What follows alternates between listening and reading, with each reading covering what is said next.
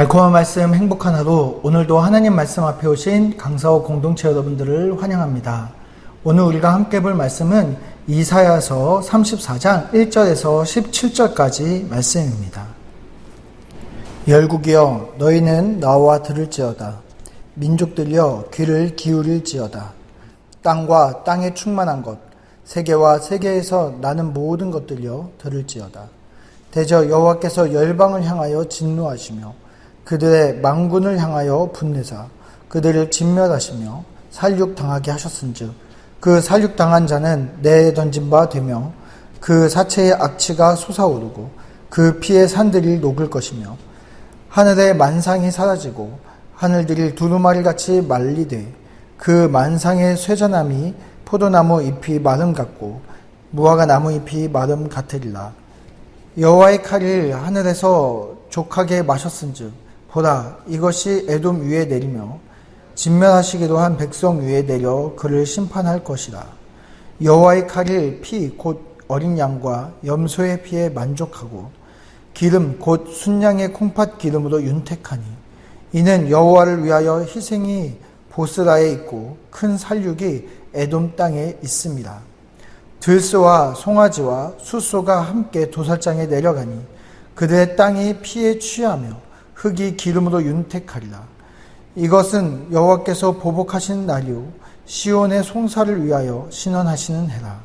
에돔의 시내들은 변하여 역청이 되고 그 티끌은 유황이 되고 그 땅은 불붙은 역청이 되며 낮에나 밤에나 꺼지지 아니하고 그 연기가 끊어짐 없이 떠오를 것이며 세세에 황무하여 그리로 지나갈 자가 영영이 없겠고 당아새와 고슴도치가 그 땅을 차지하며 부엉이와 까마귀가 거기에 살 것이라.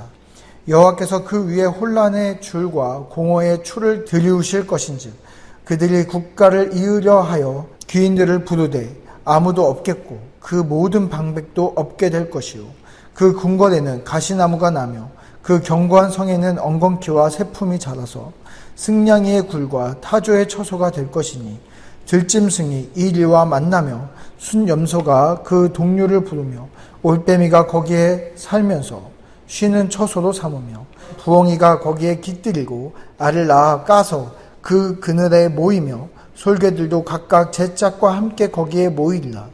너희는 여호와의 책에서 찾아 읽어보라. 이것들 가운데서 빠진 것이 하나도 없고 제 짝이 없는 것이 없으리니 이는 여호와의 입이 이를 명령하셨고 그의 영이 이것들을 모으셨습니다. 여호와께서 그것들을 위하여 제비를 뽑으셨으며 그의 손으로 줄을 띄어 그 땅을 그들에게 나누어 주셨으니 그들이 영원히 차지하며 대대로 거기에 살리라. 아멘. 네, 우리 계속해서 이사야서에서 하나님의 심판의 이야기를 듣고 있습니다. 오늘 말씀 1절에 보면은 열국과 민족들에게 하나님께서 귀를 열고 들을지어다 그리고 나와서 들어라 라고 하나님께서 말씀하고 계십니다.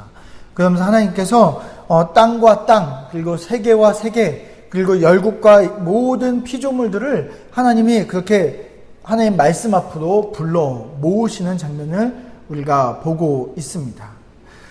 모두에게 주목하여 하나님의 그 말씀을 들어라 라고 하면서 하나님께서 그들이 들어야 되는 그 심판의 이야기를 시작하시는데요.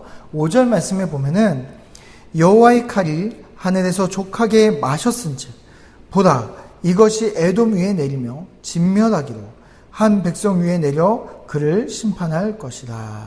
네, 여호와의 칼, 다시 말하면 하나님의 그 심판이 어디를 향하고 있는지를 우리가 볼 필요가 있습니다. 어느 나라를 향해서 지금 가고 있죠? 바로 에돔을 향해서 가고 있습니다. 에돔은 야곱과 형제였던 에서의 뿌리에서 나온 민족입니다.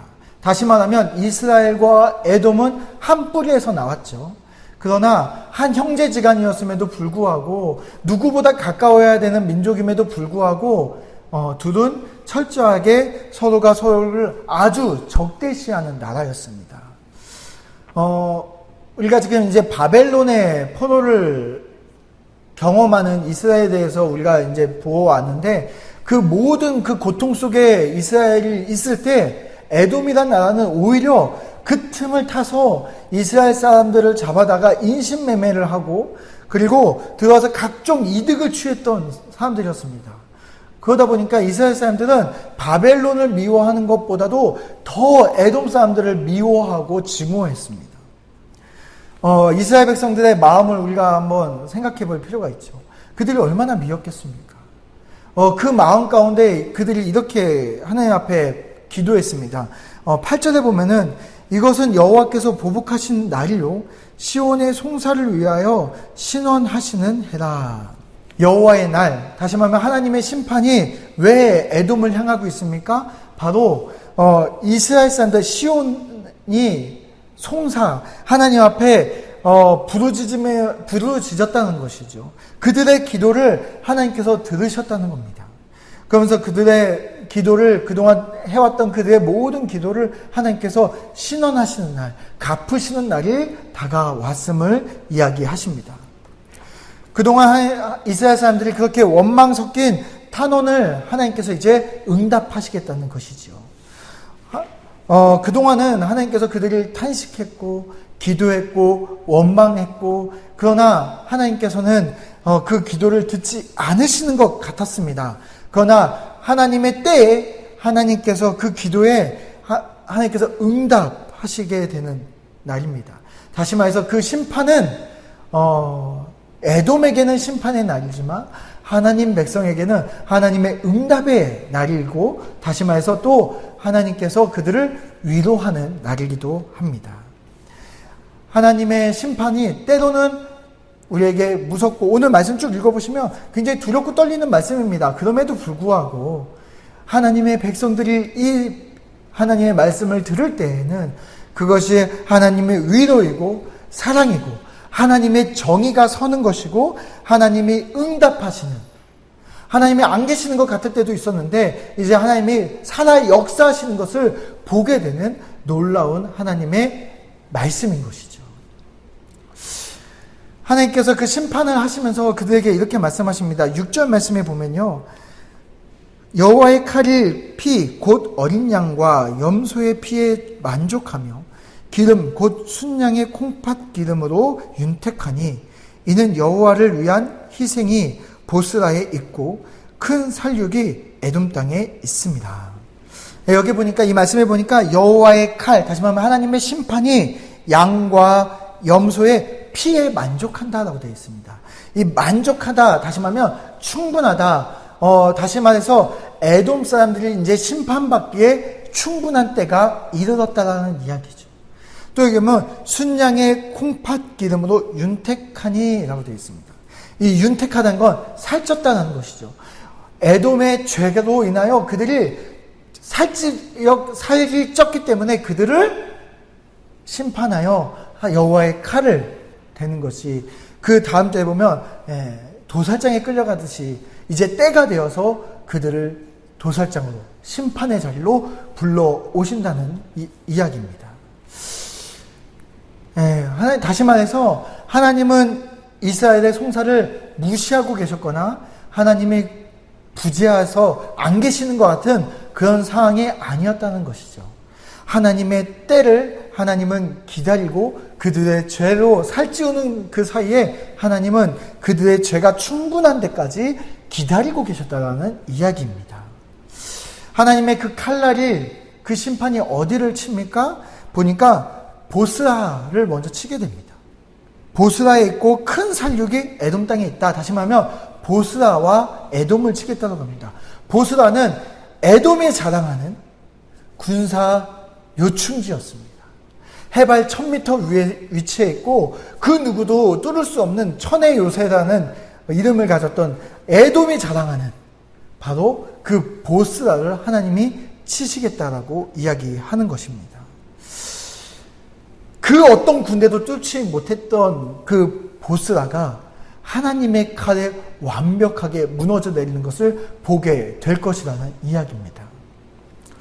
오늘 말씀은 우리에게 이렇게 질문하고 있습니다. 세상이 정의롭습니까? 정말 이 세상이 하나님의 주권 아래 있습니까? 정말 그것이 분명합니까? 아니면 정말 세상의 힘과 권력이 하나님의 그 힘과 능력보다 더 크게 느껴지진 않습니까? 오늘 말씀은 우리에게 이렇게 질문하고 있는 것입니다. 정직은 바보 같고 말씀대로 사는 것은 망하는 길로 가는 것 같아서 우리가 말씀을 읽고 듣고 예배를 드리는 설교를 듣는 그 자리에서 우리의 믿음과 세상을 살아가는 믿음은 분리돼서 우리가 혹시 살아가고 있지는 않습니까?